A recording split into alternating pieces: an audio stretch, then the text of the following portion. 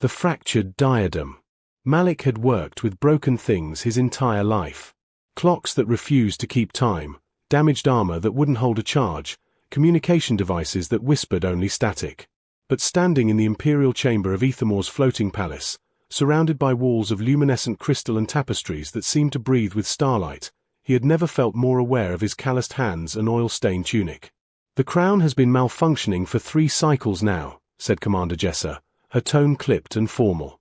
"You will repair it without asking questions. You will speak only when addressed. You will not look directly at Her Imperial Majesty." Malik nodded, clutching his toolkit. He had been chosen because his mentor, Old Cove, had fallen ill, and Malik had inherited not just his workshop but his reputation for fixing the unfixable. Still, this was the Empress's personal regalia. One wrong move and he could find himself exiled to the lower platforms, or worse. The doors opened with a whisper of displaced air. Empress Valindra entered, and Malik's breath caught despite himself. She was tall and elegant, her skin bearing the faint iridescence characteristic of Ethermore's royal bloodline. Her hair was swept back in an intricate style, and her eyes, deep amber with flecks of gold, held an intelligence that made him suddenly nervous. "Leave us," she said to the commander, her voice carrying effortless authority. "Your Majesty, protocol. Leave us." Jessa bowed stiffly and withdrew. The silence that followed felt heavy with possibility. Malik carefully lifted the ceremonial crown from its cushion. It was breathtaking, woven from sky silver and embedded with energy crystals that should have pulsed with soft light. Instead, they flickered erratically, and he could feel the heat of an unstable power flow. "The primary circuit is cracked," he murmured, more to himself than to her. "Probably from the temperature fluctuations during the ascension ceremony." "You are not afraid of me," it was not a question.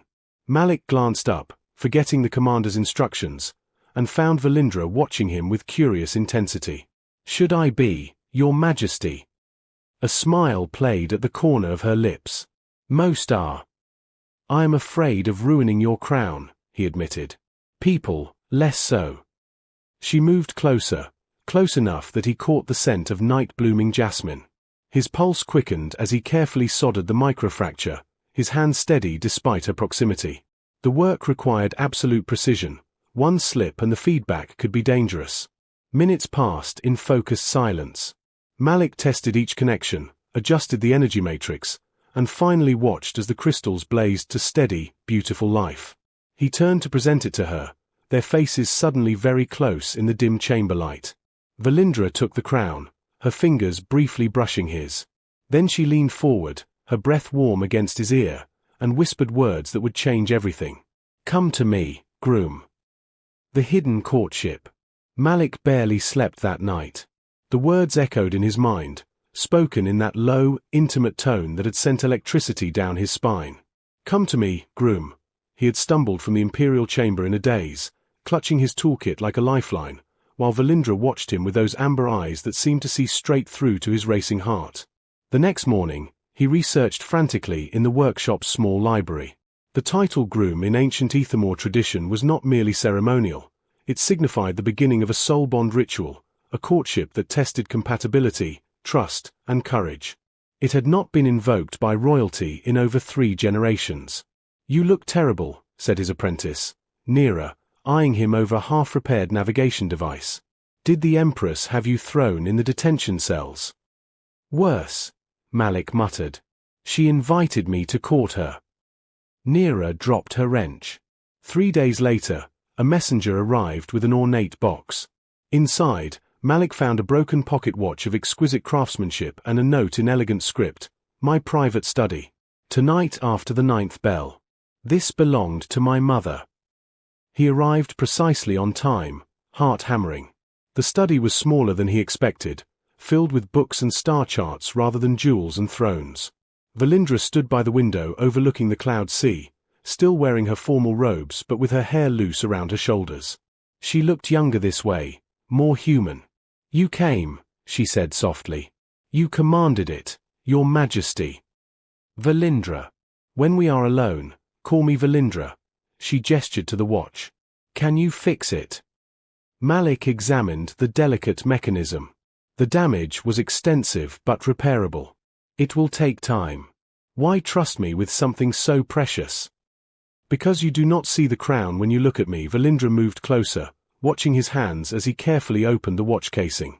You see the fractured circuit that needs mending. You see the problem, not the pedestal. I see both, Malik admitted, glancing up. The Empress who commands storms. And the woman who misses her mother. Something shifted in her expression, vulnerability breaking through practiced composure. Tell me about your life, Malik. What is it like to walk through the markets without guards? To laugh with friends without wondering their motives? As he worked on the watch, they talked. He described the workshop, the satisfaction of bringing broken things back to life, the community of artisans and engineers who valued skill over birthright. She spoke of the loneliness of power, decisions that affected thousands, the weight of a crown that never quite fit comfortably. Hours passed like minutes. When Malik finally restored the watch's gentle ticking, Valindra's hand covered his. "Walk with me," she whispered. She led him through hidden passages he never knew existed, emerging in the crystal gardens where bioluminescent flowers painted everything in shades of blue and silver. Here, away from eyes and expectations, Valindra removed the formal mask she wore in court. Her laughter came easier, genuine and warm. "This is forbidden," Malik said, though he made no move to leave. "The council would never approve." "The council does not know what I need." Valindra turned to face him, close enough that he could count the gold flecks in her eyes. "The ritual has begun, Malik. The choice is yours whether to continue, but know this, I would not have spoken those words if I did not see something remarkable in you. I am just a mechanic. You are a man who fixes what is broken with patience and care." Her voice dropped to barely a whisper. "Perhaps you can fix me too." Malik reached up slowly, giving her time to pull away, and tucked a strand of hair behind her ear. "You are not broken, Valindra." "Then perhaps," she breathed, "you can help me remember what it feels like to be whole."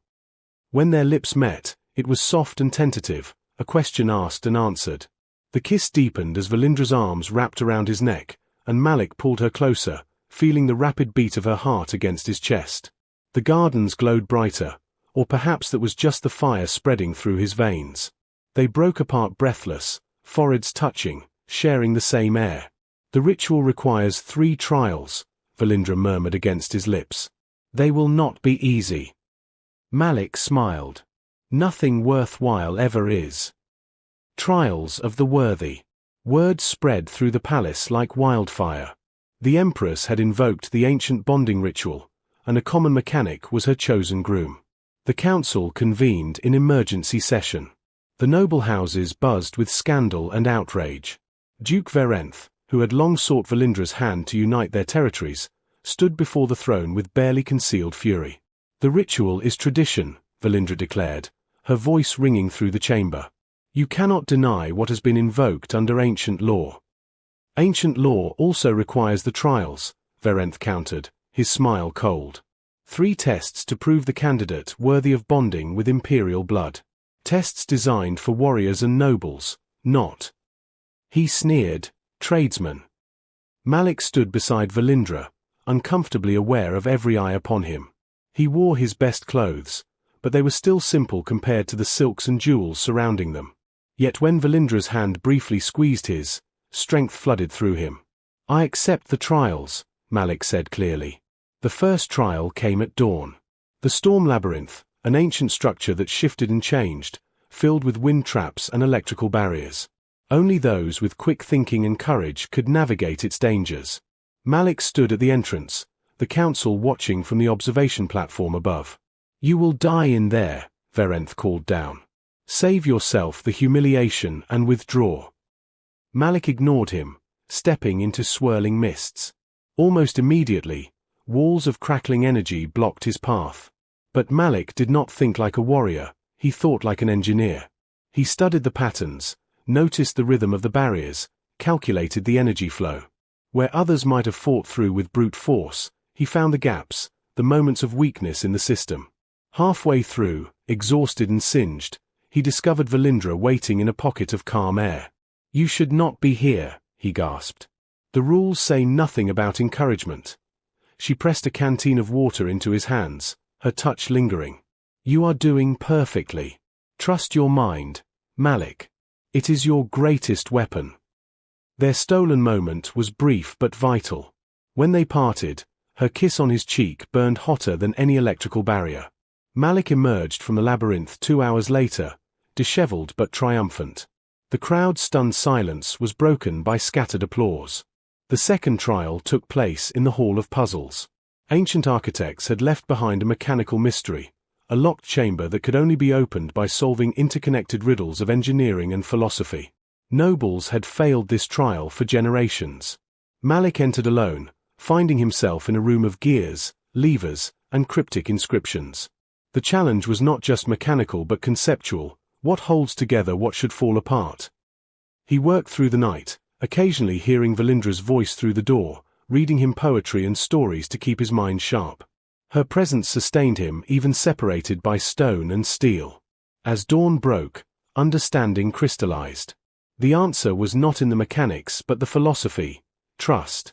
Trust was what held together what should fall apart. He arranged the gears to spell the word in the ancient language, and the door opened. Valindra was waiting outside, and this time she did not care who saw as she threw herself into his arms. Their embrace was hungry, desperate, and when they kissed it was with the relief of fear survived and challenges conquered. One more trial, she whispered against his lips. The final test was the most dangerous, facing the sky serpents, great winged creatures that nested in the highest towers. One had to retrieve a scale without being killed, a test of bravery and respect for the natural world. But the night before the trial, Malik's workshop was broken into. His tools were sabotaged, coated with a substance that would slow his reflexes. Neera discovered the tampering only by chance.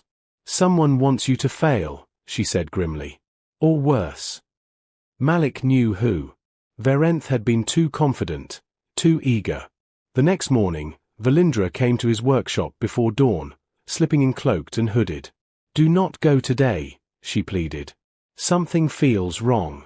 We can delay, investigate, and prove I am weak. That your choice was foolish. Malik took her face in his hands. I will not give them that satisfaction. Trust me, as I trust you. They made love then, desperate and fierce, on the workbench surrounded by tools and half-finished projects. It was not the romantic setting of stories, but it was real and raw and perfect. Afterward, wrapped in each other's arms, Valindra traced the line of his jaw. Come back to me, she commanded. Always, he promised. Enemies in the clouds. The sky serpents nested in the apex tower, where wind screamed through crystal spires and the air grew thin enough to steal breath from lungs. Malik climbed alone, as tradition demanded, his muscles burning with each step. The sabotaged tools had been abandoned. He would face this trial with nothing but courage and wit. Below, the entire court gathered to watch. Valindra stood on the observation deck, her face a mask of imperial composure, but Malik could see the tension in her shoulders, the way her hands gripped the railing. She had wanted to give him weapons, armor, advantages. He had refused them all. If he was to prove himself worthy, it had to be on his own merits. The serpents were magnificent, scales shimmering like liquid mercury, wings spanning the width of the tower chamber. The largest, an ancient female, regarded Malik with intelligent eyes that held neither malice nor mercy. These creatures were not evil, they were simply powerful and territorial. Malik bowed low, showing respect rather than aggression.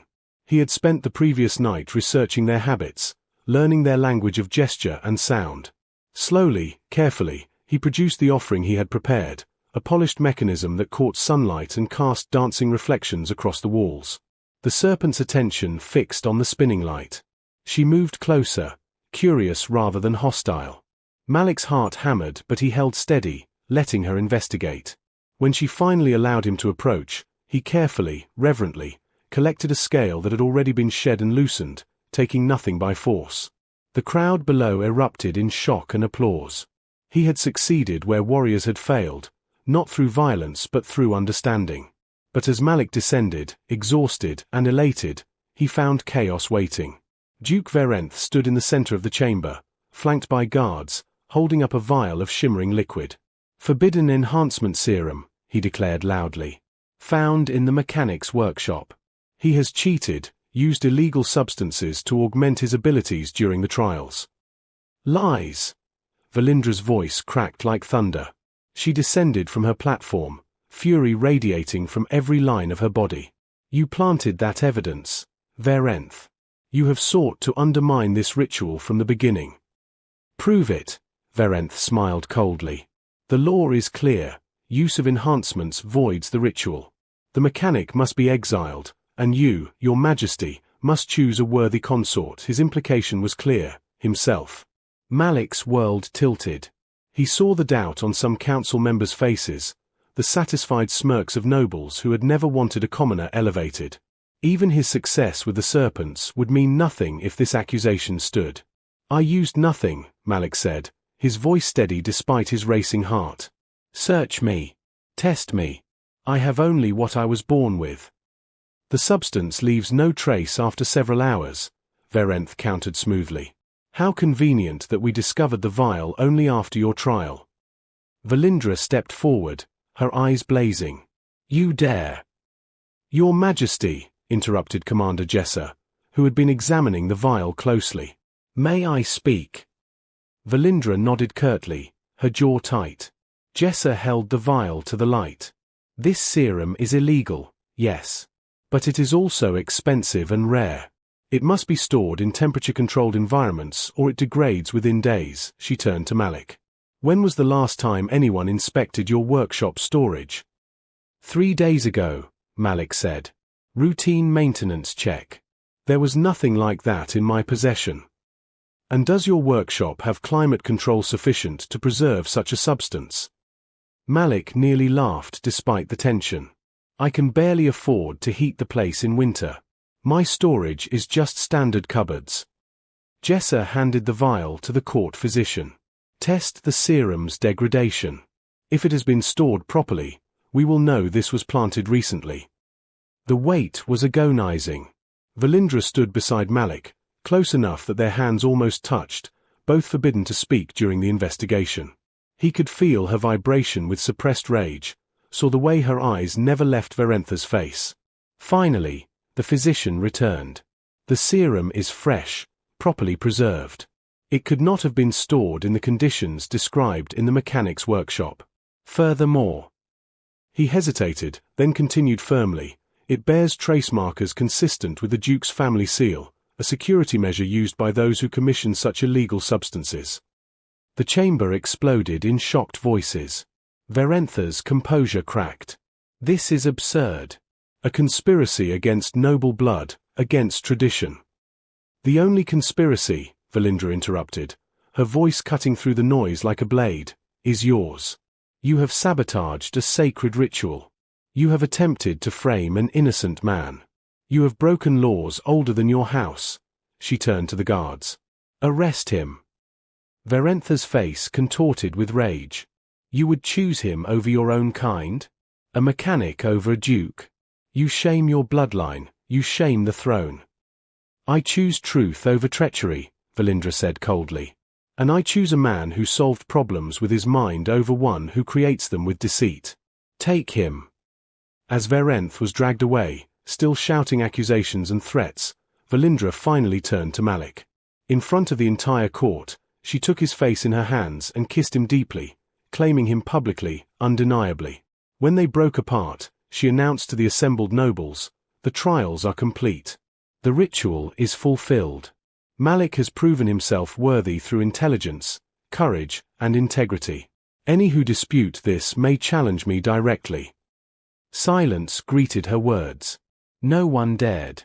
That night, in her private chambers, Valindra collapsed into Malik's arms, the iron control finally breaking. I almost lost you, she whispered against his chest. If Jessa had not thought to question the storage conditions. But she did. Malik tilted her chin up, looking into those amber eyes that had first captivated him in the chamber with the broken crown. We won, Valindra. Together. She kissed him with desperate relief, and they tumbled into her bed, a tangle of urgent hands and whispered promises, celebrating survival and victory in the most primal way. Two souls, One sky. The bonding ceremony was set for the first dawn of the new season, when Ethermore's twin moons aligned and painted the clouds in shades of rose and gold. Tradition dictated an elaborate affair with hundreds of guests, formal vows unchanged for centuries, and a celebration that would last 3 days. Valindra had other ideas. "I have spent my entire life following protocols written by people long dead," she told the scandalized council. "This bonding will be different. It will be ours." She and Malik designed the ceremony together in his workshop, surrounded by tools and half-finished projects, sharing ideas over cups of bitter tea. They would keep some traditions, the exchange of crafted gifts, the declaration before witnesses, the linking of hands under open sky. But they would add new elements, vows they wrote themselves, a celebration open to all citizens regardless of rank, and a symbolic gesture that represented their union of different worlds. Neera helped Malik create his gift for Valindra, a circlet of sky silver, simpler than her imperial crown but embedded with crystals he had personally calibrated to pulse in rhythm with her heartbeat. It would mark her not just as empress, but as his chosen partner. Valindra's gift to Malik was more audacious, official rank and title, not through marriage but through merit. She created a new position, Master Engineer of the Realm, giving him authority over all mechanical and technological matters in Ethermore. He would be her equal in his own right, not merely an accessory to her throne. "The nobles will hate this," Malik observed, though he was deeply moved. "The nobles will adapt." Valindra kissed his temple. "We are creating something new, my love. Let them follow or be left behind." The morning of the ceremony, Malik stood on the highest platform of the palace, wearing formal robes that Neera had insisted he needed. His hands were steady as he held the circlet, but his heart raced with anticipation. Valindra emerged as the first light broke over the cloud sea. She wore not her heavy imperial regalia but a gown of flowing silver that caught the wind, her hair loose and crowned with simple starflowers. She looked like a woman rather than an icon, and Malik fell in love with her all over again. The ceremony was witnessed by thousands. Nobles stood alongside market vendors, engineers beside warriors, all gathered to see something unprecedented. Commander Jessa officiated, her voice carrying across the assembled crowd. "We gather to witness a bonding not of convenience or politics," Jessa announced, "but of genuine partnership. Two souls who choose each other freely, who have proven their worth not through birthright but through action." Malik spoke his vows first, his voice clear and unwavering. "Valindra, you saw past what I was to what I could become. You challenged me to be brave when I wanted to be cautious, to dream when I wanted to be practical. I promise to fix what breaks, to build what is needed, and to stand beside you as we create a future neither of us could make alone." Tears glimmered in Valindra's eyes as she responded, "Malik, you reminded me that strength comes in many forms. You taught me that true power lies not in commanding but in understanding, not in ruling but in partnering. I promise to protect what we build together, to listen when my crown grows too heavy, and to love you not despite our differences but because of them." They exchanged their gifts. When Malik placed the circlet on Valindra's head, the crystals flared to life, pulsing with the rhythm of her heart. When she presented him with the scroll bearing his new title and seal, the crowd erupted in applause, some enthusiastic, some merely polite, but none could deny the significance of the moment. Jessa bound their hands with ceremonial cord. "Before all witnesses, I declare this bonding complete. 2 lives, now joined. 2 paths, now one." Malik and Valindra kissed as the twin moons aligned overhead, bathing them in ethereal light. The crowd roared approval, and for the first time in her reign, Valindra heard genuine joy rather than dutiful celebration. The feast that followed filled the palace squares, food and music flowing freely for all citizens. Malik found himself surrounded by well-wishers, fellow engineers congratulating him, nobles offering stiff but genuine respect, children asking if he could really talk to sky serpents. But his favorite moment came hours later, when he and Valindra finally escaped to the crystal gardens where they had first kissed. The party continued below, but here they had silence and starlight. "Having regrets yet?" Malik teased, pulling her close. "Only that we did not do this sooner." Valindra settled against his chest, sighing contentedly. "Do you realize what we have done? We have rewritten tradition. Every person of common birth who dreams of something greater now has proof it is possible." "No pressure, then." She laughed, and the sound was pure and unguarded. We will make mistakes. The Council will challenge us. There will be struggles ahead. Then we will face them together. Malik tilted her chin up, his thumb tracing her cheekbone. You are my empress and my partner. My ruler and my equal. Whatever comes, we repair and rebuild, just as we always have. Their kiss was soft and deep, full of promise and possibility. Somewhere in the distance, the celebration continued, but here in their garden, two souls had found exactly where they belonged, not in palaces or workshops, but in each other's arms. The morning would bring responsibilities and challenges, political maneuvering and difficult decisions. But tonight, beneath stars and moons, a mechanic and an empress held each other and dreamed of all the beautiful things they would build together. And in Ethermore, where clouds met crystal and tradition met innovation, a new story began, one written not by ancient law but by two hearts brave enough to choose love over convention, partnership over power, and each other over everything else. The end.